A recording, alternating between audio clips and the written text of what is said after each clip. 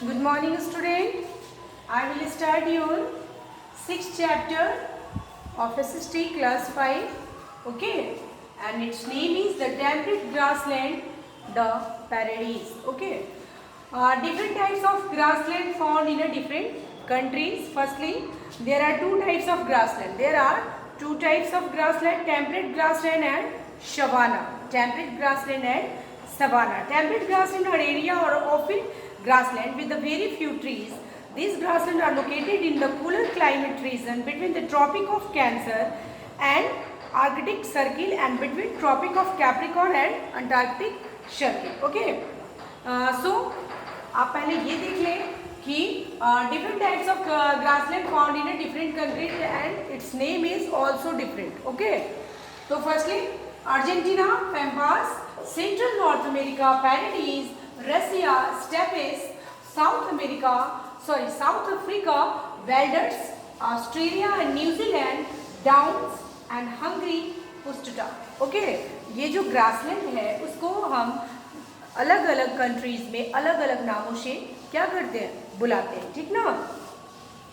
The grassland of northern hemisphere are different from the southern hemisphere. The grassland of the northern hemisphere, the Paradies and the steppes lie in the higher latitudes compared to the ones in the southern hemisphere, the Pampas, Valders and Downs. कहता है कि ये जो मैंने अभी आपको बताया कि ये डिफरेंट ग्रासलैंड डिफरेंट कंट्रीज़ में पाए जाते हैं, तो ये डिफरेंट हेमिस्फीयर में भी पाए जाते हैं. कुछ जो ग्रासलैंड्स हैं वो है ये नॉर्दर्न हेमिस्फीयर में पाए जाते हैं, तो कुछ साउदर्न हेमिस्फीयर में पाए जाते हैं. और दोनों का जो वो क्या कहते हैं क्लाइमेट्स होता है वो अलग अलग होता है, ठीक ना. तो जो नॉर्दर्न हेमिस्फीयर में पाए जाते हैं वो कौन कौन से हैं, तो पैराडीज और स्टेपिस. और जो साउदर्न हेमिस्फीयर में पाए जाते हैं वो है पैम्पास, वेल्डस एंड डाउन्स. ओके, आइए सबसे पहले हम जानते हैं क्लाइमेट्स के बारे में. तो नॉर्दर्न हेमिस्फीयर में जो ये ग्रासलैंड पाए जाते हैं उनका क्लाइमेट होता कैसा है. The grassland of northern and southern hemisphere experience different climates.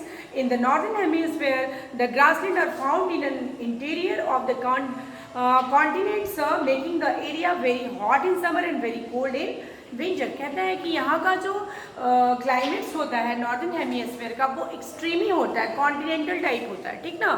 जैसे कि गर्मी के दिनों में ज़्यादातर गर्मी पड़ती है वहाँ पे और ठंड के दिनों में अत्यधिक ठंड पड़ता है. ओके, लेकिन साउदर्न हेमिस्फीयर में ऐसी बात नहीं होती है. यहाँ पे जो क्लाइमेट्स होता है वो मॉडरेट होता है. यहाँ का क्लाइमेट्स कैसा होता है, मॉडरेट होता है. यहाँ के ग्रासलैंड्स का जो क्लाइमेट होता है वो मॉडरेट टाइप्स होता है. ओके, यानी कि ना तो ज़्यादा गर्मी पड़ती है गर्मी के दिनों में, ना ही ज़्यादा ठंड होती है ठंड के दिनों में, ठीक है.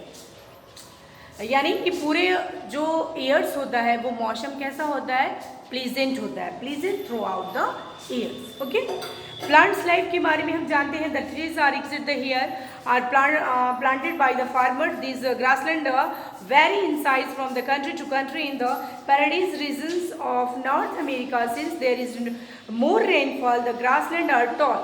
कहता है कि यहाँ जहाँ पर बारिश ज़्यादा होती है वहाँ के पौधे क्या होते हैं, वहाँ के पौधे ज़्यादा लंबे हो जाते हैं, ठीक ना. जैसे कि नॉर्थ अमेरिका में ऐसा ही होता है. Will the steppes since the continental type climate influence is more grassland are short. लेकिन स्टेपिस जो है वहाँ पे कॉन्टिनेंटल टाइप्स होता है क्लाइमेट्स, तो क्या होता है वहाँ पे जो ग्रास होती है वो थोड़ी छोटी छोटी होती है, शॉर्ट होती है, ठीक ना. The different grassland keep changing colours according to season. In spring कहता है कि ये जो ग्रासलैंड है ना ये सीजन के हिसाब से इसका जो कलर्स होता है वो चेंज होता जाता है. जैसे कि स्प्रिंग में ये ग्रीन होता है. Okay, grass is green will in summer is thick. जैसे कि स्प्रिंग में ये ग्रीन होता है और जैसे ही समर आता है तो ये एकदम घना हो जाता है. ओके, तो घना हो जाएगा तो डीप ग्रीन हो जाएगा. In autumn it is a dry and in winter it dies. कहता है कि उसके बाद क्या होता है, ऑटोमन में ये ड्राई हो जाता है, मतलब कि सूख जाता है. ऑटोमन सीजन जो होता है वो तो ऑलरेडी पतझड़ का ही सीजन होता है, तो उसमें क्या होता है ग्रासलैंड सूख जाता है और विंटर में ये पूरी तरह से खत्म हो जाता है. लेकिन ये पूरी तरह से खत्म होता है तो ये मतलब ऑन द ग्राउंड होता है, अंडर द ग्राउंड नहीं होता है. इसकी जड़ें ऑलरेडी मिट्टी में सॉइल में रहती ही हैं. जिसके कारण जैसे ही फिर से रेनफॉल होता है, फिर से स्प्रिंग आता है, तो क्या हो जाता है, फिर से ये प्लांटेड हो जाती है, यानी कि फिर से ये पनप जाती है। ओके, अल्फाल्फा is the most common grass here is feed to cattle, it also grown quickly. कहता है कि यहाँ पर एक स्पेशल ग्रास आता है जो कि अल्फाल्फा के उसका मतलब नेम है, और ये क्या होता है, ये बहुत तेज़ी से बढ़ता है, जो कि कैटल के ग्रेजिंग के लिए ज़्यादा एबल माना जाता है। ठीक ना। अब आइए यहाँ पे देखते हैं कि एनिमल्स लाइफ कैसी है। Some of the large animals found here and bison, grizzlies, bears in the northern hemisphere. Northern hemisphere जो है ग्रासलैंड, वहाँ पे कैसे कैसे एनिमल्स पाए जाते हैं, बिशोन पाए जाते हैं, ग्रेजिल पाए जाते हैं और बेयर्स पाए जाते हैं। ठीक है। Some basic animals such as wolves are also found here in southern hemisphere. Llamas and anaconda are found. Australia is the home of kangaroo, wallabies and koalas. Many migratory birds are also found, such as the swallow. Wild animals such as wild horse and deer have made the temperate zone their home. Many small animals of this region, such as the squirrel and haggards, hibernate, sleep through winter instead of hunting or food in winter. Okay. तो यहाँ पर देखा आपने कि कौन कौन से animals पाए जाते हैं। तो नॉर्दर्न में पाए जाते हैं बिसोन, ग्रिजल और बेयर्स, जबकि साउदर्न में पाए जाते हैं क्या, साउदर्न हेमिस्फीयर में पाए जाते हैं कंगारू, वालबीज, कोलास। ओके, आइए यहाँ के लोगों के जीवन के बारे में बात करते हैं। कहता है कि यहाँ का जो जीवन है वो before the coming of Europeans most of the interior of North America was grazing ground for American bison. Today it is the biggest farming region of the world. यहाँ के लोगों का जीवन मेन क्या है, लोग यहाँ पर फार्मिंग ज़्यादा करते हैं, और यहाँ पे सबसे ज़्यादा क्या उपजाया जाता है, तो गेहूँ। इसीलिए इसको क्या कहा जाता है, wheat basket of the world. मतलब कि दुनिया का सबसे ज़्यादा गेहूँ यहीं पर क्या किया जाता है, ग्रोन किया जाता है। इतना ज़्यादा ग्रोन किया जाता है कि केवल यहीं के लिए नहीं, बल्कि यहाँ से दूसरे देशों के लिए भी गेहूँ क्या होता है, एक्सपोर्ट होता है, यानी कि निर्यात होता है, भेजा जाता है। ठीक है। The farms work is done using modern method. और एक सबसे इम्पॉर्टेंट बात क्या है कि यहाँ पर जो है, यहाँ पे सारी चीज़ें बहुत मॉडर्नाइजेशन ढंग से होती हैं। जैसे कि ज़्यादातर यहाँ पर मशीन काम करता है, आदमी से ज़्यादा मशीन काम करता है। ठीक ना। जैसे यहाँ फार्मिंग में, तो फार्मिंग में बोआई से लेके कटाई तक क्या होता है, मतलब एज अ मशीन के द्वारा, बाई मशीन के द्वारा सारी चीज़ें होती हैं। तो क्या होता है कि मशीन के द्वारा होती है, तो मतलब कम समय में और कम खर्च में क्या होता है, ज़्यादा काम हो जाता है। ठीक ना। आइए अब देखते हैं the main crops in the east is corn, या जो मतलब ईस्ट पार्ट है वहाँ का मेन क्रॉप्स क्या है, कॉर्न है, सॉरी मैजिज जिसको बोलते हैं। The open land toward the west is hilly, the soil is coarse and less fertile. कहता है कि जहाँ पे ओपन लैंड है वहाँ का जो सॉइल है वो क्या है, वो कम उपजाऊ है। ठीक ना।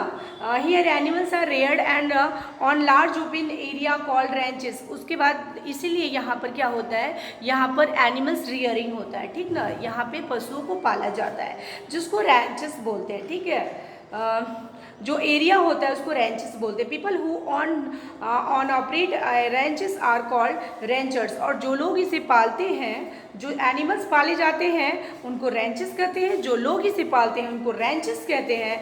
रैंचेस live in large farm house called, और जहाँ ये लोग रहते हैं रैंचेस, उसको होमस्टीड कहा जाता है।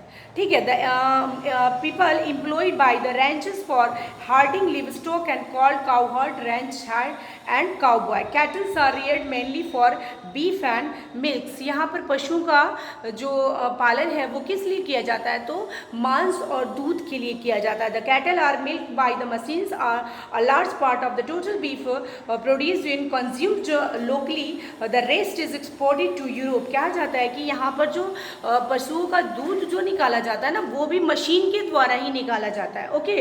और ये जो बीफ होता है, तो बीफ भी इतना अधिक मात्रा में मतलब होता है कि यहाँ तो ये चीज़ यूज़ होती ही है, फिर यूरोप में भी क्या की जाती है, एक्सपोर्ट की जाती है यहाँ से बीफ, ठीक है। Most of the slaughter house are located in cities.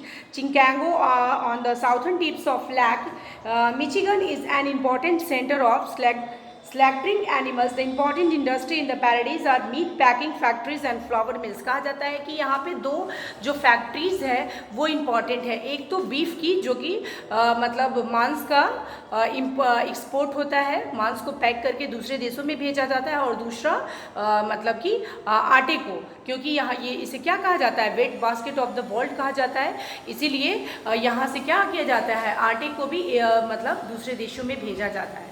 Okay तो many minerals are found in prairies, यहाँ कुछ मिनरल्स भी पाए जाते हैं, ठीक है।